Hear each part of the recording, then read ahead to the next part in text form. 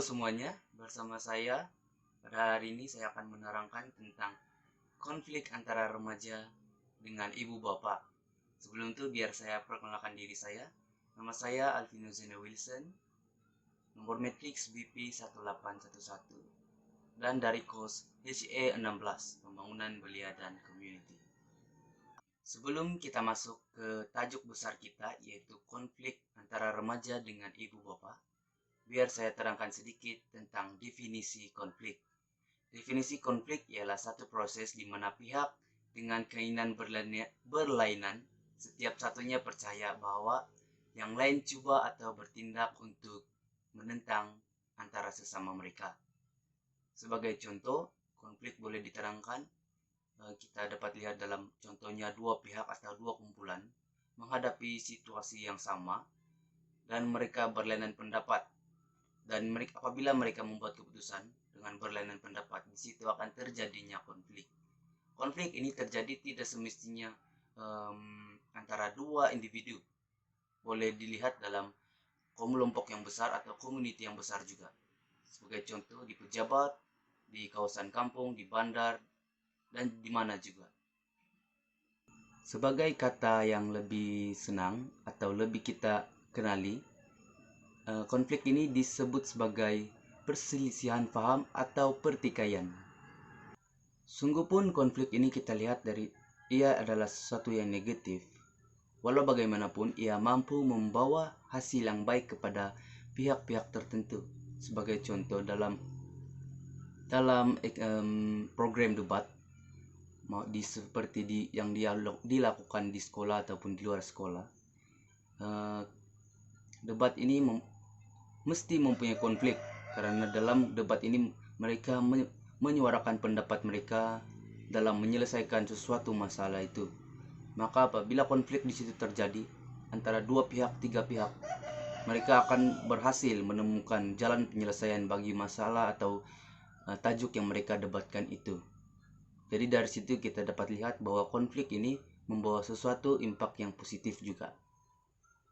Dalam tajuk besar kita, yaitu konflik antara remaja dengan ibu bapa, terdapat dua teori yang ingin saya selitkan di dalam tajuk ini. Antara teori yang pertama yaitu Hall 1904, remaja adalah masa yang penuh dengan kekeliruan, kesedihan, dan juga konflik. Jadi di umur-umur peringkat remaja inilah remaja menghadapi masa yang sukar bagi mereka untuk mengenal diri mereka, dan juga membentuk personality diri mereka. Dan teori yang kedua yaitu Jacob Vitz pada tahun 1996 mengatakan bahwa latar belakang tingkah laku antisosial adalah kesan daripada kekurangan ketidaksesuaian atau kawalan disiplin yang tidak konsisten semasa kanak-kanak. Jadi personality remaja ini di peringkat remaja ini adalah tidak konsisten. Mereka masih mencari personality dari diri mereka yang sebenar dan membentuk sikap dan pribadi mereka.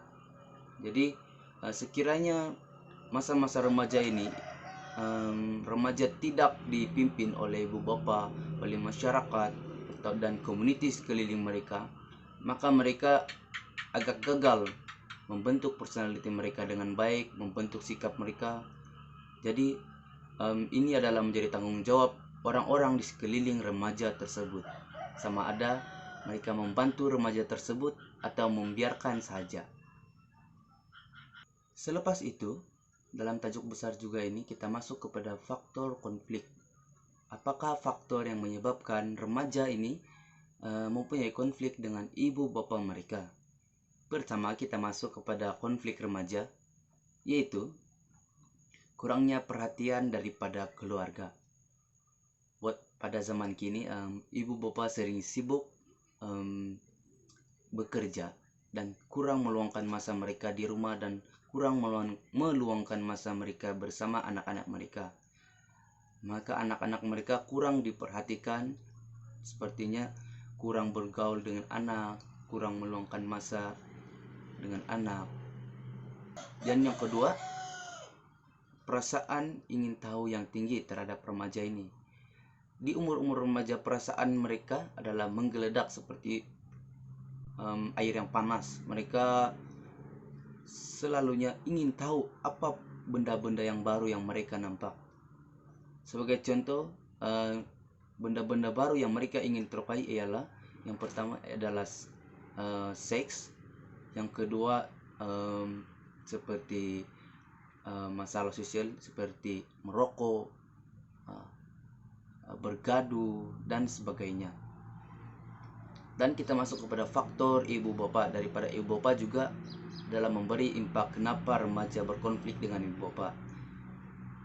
Daripada faktor ibu bapak ini, mereka tidak mendengarkan pendapat dan kata-kata anak. Sebagai contoh, apabila ibu bapak sudah lelah bekerja di tempat kerja, dan apabila mereka pulang, apabila anak ingin mengeluarkan perasaan mereka, rasa kesedihan mereka, masalah mereka kepada ibu bapak mungkin tidak lagi sempat mendengarkan itu karena mereka sudah penat bekerja. Maka anak terus menyimpan perasaan sedih mereka, perasaan marah mereka. Jadi apabila anak tidak dapat mengeluarkan perasaan tersebut, itu yang menimbulkan kekeliruan dan kegelisahan dalam diri mereka. Dan yang kedua, ibu bapak tidak memahami sikap dan personality anak. Dalam fase-fase remaja ini, anak mempunyai personality sama ada menjadi extrovert dan introvert. Maka kepada anak, sekiranya ibu bapak tidak memahami sikap anak mereka, maka ibu bapak tidak dapat membantu anak mereka dalam mencungkil apa yang dirasakan oleh anak. Maka anak terus memendam, stres, depresi, dan boleh mengakibatkan impak yang negatif. Sekarang saya ingin menerangkan tentang penyelesaian atau bagaimana kita mengatasi masalah ini. Yang pertama ialah gali lebih dalam penyebabnya. Terutamanya ibu bapak harus memikirkan kembali kenapa atau bagaimana situasi ini terjadi, di mana sebabnya. Sebagai contoh, ibu bapak bertanya kepada anak, kenapa dia merasa sedih, kenapa dia merasa marah, sama ada dia mempunyai masalah di mana. Antara mereka, kan remaja itu mempunyai masalah di sekolah atau bersama kawan-kawan di kampung, di bandar. Dan ibu bapak harus menggali lebih dalam kenapa anak-anak bertindak demikian. Apabila ibu bapak sudah tahu kenapa anak-anak bertindak sebegitu rupa, maka ibu bapak boleh menyimpulkan atau membuat jalan penyelesaian bagi masalah anak itu tersebut. Jadi apabila anak itu selesai masalahnya, maka anak itu pun tidak mengalami kegelisahan atau kekeliruan dalam diri.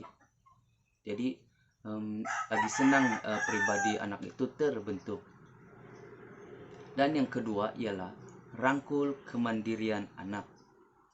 Ibu bapak harus melatih anak mereka atau mengajar anak mereka cara membentuk personality diri mereka. Sebagai contoh, mengawal sikap anak-anak, mengawal tata tertib etika anak-anak itu. Sebagai contoh, apabila anak-anak mulai bangun daripada tidur, ibu bapak harus melatih agar anak-anak pandai mempersiapkan diri, pandai mengatur masa, dan juga pandai mengatur kehidupan harian mereka, apa yang perlu mereka lakukan setiap hari, setiap pagi, tengah hari, dan juga petang. Jadi apabila anak-anak sudah terbentuk sikapnya seperti itu, maka anak-anak sudah mampu membentuk personality mereka, bagaimana mereka ingin menjalankan hidup mereka, dan bagaimana mereka ingin bersikap kepada orang-orang di sekeliling mereka. Dan yang ketiga ialah ibu bapak harus tetap tenang. Apapun masalah yang anak-anak hadapi, ibu bapak harus tenang. Ini karena apabila ibu bapak bertindak drastik atau marah, terus memekik, terus teriak dengan anak mereka, maka anak pun ada juga, anak ataupun remaja ada perasaan sekiranya mereka ditengking, dimarah terus. Jadi mereka akan bertindak antara mereka melawan atau mereka hanya berdiam.